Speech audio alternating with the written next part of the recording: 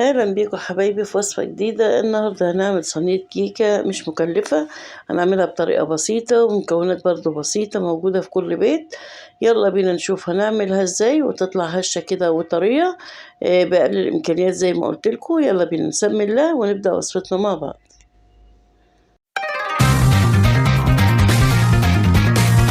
أول حاجة بولة فاضية حط فيها 4 بيضات بيكونوا بدرجة حرارة المطبخ.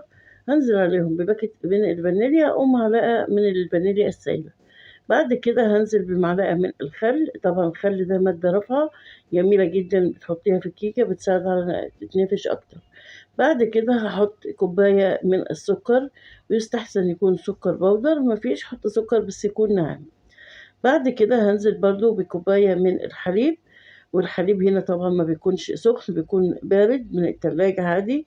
وببتدي أقلب كده كل المكونات مع بعض، السكر مع الحليب مع الفانيليا مع البيض مع الخل.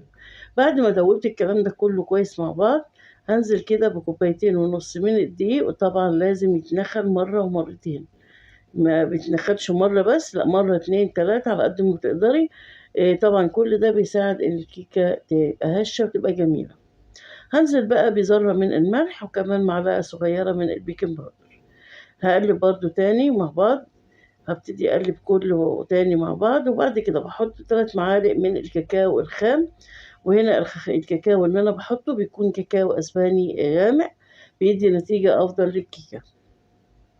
ببتدي اقلب كده، قلبت خلاص ما في، متاكد ان مفيش اي تكتلات او اي حاجه بتكون مكلكله تحت او اي حاجه. بعد كده بنجيب صينيه. وعايزه اقول لكم ان احلى حاجه بنسوي فيها الكيكه هي الصينيه الالومنيا. يعني ممكن نشتغل في اي حاجه، بايركس، تيفال، اي حاجه، لكن الصينيه الالومنيا بتوزع درجه الحراره في الكيكه، بتخليها نتيجتها هايله.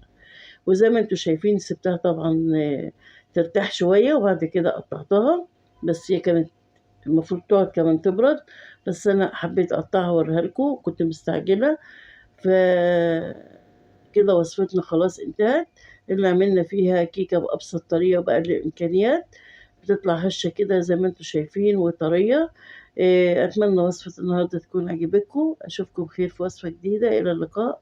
باي باي.